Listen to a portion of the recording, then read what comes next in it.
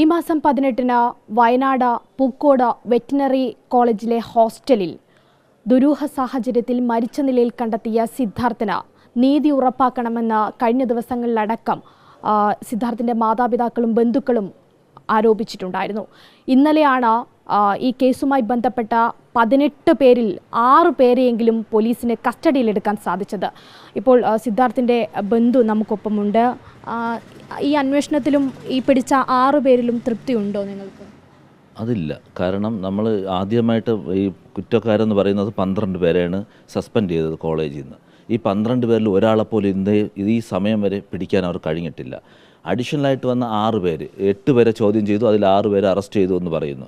ഈ 6 പേര് എവിടുന്ന് ഇപ്പോൾ കിട്ടിയതെന്നാണ് പറയുന്നത്. ഈ നേരത്തെ പറഞ്ഞ പ്രതികളിലോ ആ ലിസ്റ്റുകളിലോ ഉള്ള ആളല്ല, പുതിയതായിട്ട് വന്ന 6 പേരാണ്. അവരുടെ അറസ്റ്റാണ് രേഖപ്പെടുത്തിയിരിക്കുന്നത്.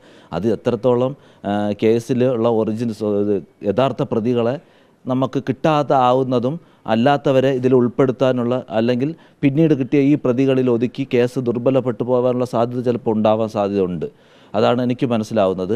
അപ്പം നമുക്ക് പ്രധാനപ്പെട്ടത് ആ 12 പേരെ അറസ്റ്റ് ചെയ്യുക. അവർക്ക് അവർ മാറി നിൽക്കുന്നത് അവർക്ക് രക്ഷപ്പെടാനുള്ള പഴുതുകൾ കിട്ടുന്നുണ്ടായിരിക്കും, എന്തെങ്കിലും സഹായങ്ങൾ എവിടുന്നെങ്കിലും ലഭിക്കുന്നുണ്ടെന്നാണ് എൻ്റെ വിശ്വാസം. ഉന്നതങ്ങളിൽ നിന്നോ എവിടുന്നെങ്കിലും. അല്ലെങ്കിൽ വെറും ഒരു കോളേജ് വിദ്യാർത്ഥികളായ 12 പേരൊക്കെ ഇത്രയും ദിവസം മറഞ്ഞിരിക്കാൻ കഴിയുന്നുവെങ്കിൽ നമുക്കത് ചിന്തിക്കാവുന്നതേ ഉള്ളൂ.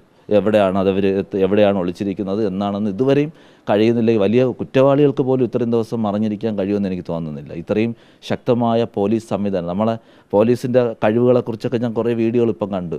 അതർ സ്റ്റേറ്റുകളിൽ പോയി നിസ്സാരം പോലെ അവരുടെ സ്ട്രീറ്റുകൾ അതേപോലുള്ള തെരുവുകൾ കയറി അറസ്റ്റ് ചെയ്തുകൊണ്ട് വരുന്നതായിട്ടാണ് നമുക്ക് കാണാൻ കഴിയും. അപ്പോൾ ഈ 12 നിസ്സാര കുട്ടികളെ 12 പേരെ പിടിക്കാൻ അവർക്ക് കഴിയും. പക്ഷേ അവരെയും പറഞ്ഞിട്ട് കാര്യമില്ല, ഇതെവിടെ പ്രൊട്ടക്റ്റ് ചെയ്യുന്നുണ്ട്. അതിൽ നേരത്തെ പറഞ്ഞു കഴിഞ്ഞല്ലോ, നേതാക്കളും ഉണ്ടല്ലോ. SFI യൂണിറ്റിൻ്റെ നേതാക്കളും അതിൽ പ്രതികളാണ്. അപ്പം അവർക്ക്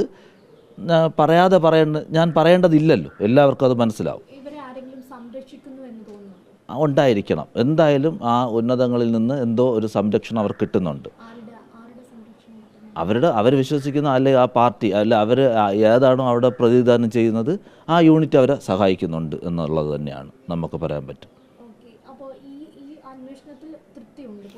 പോലീസ് ഇപ്പോൾ പറയുന്ന അന്വേഷണം തൃപ്തികരം. പക്ഷേ ഈ അറസ്റ്റ് രേഖപ്പെടുത്തിയ 6 പേരിൽ ഒതുക്കാതെ അടുത്ത 12 വരെ അറസ്റ്റ് ചെയ്യാനുള്ള നടപടി ഉടൻ സ്വീകരിക്കണം. അതോടൊപ്പം തന്നെ ഡീനിനെക്കുറിച്ച് പരാതി പറഞ്ഞു നമ്മൾ.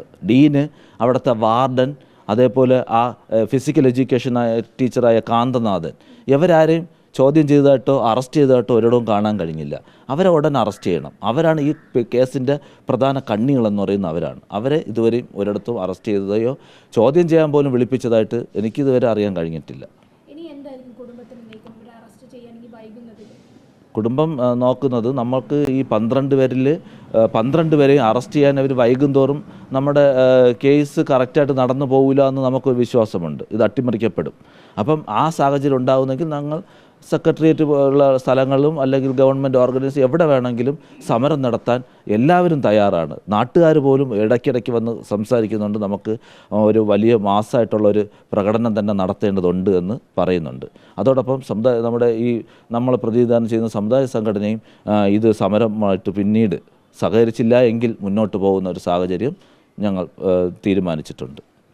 നീതി ഉറപ്പാക്കും വരെ സമരം ചെയ്യുമെന്ന നിലപാടിലേക്ക് കുടുംബം കടക്കുകയാണ്. വീഡിയോ ജേർണലിസ്റ്റ് സന്തോഷ് ചേകവർക്കൊപ്പം reporter Anju Jayaprakash, in reporter, Thiruvananthapuram.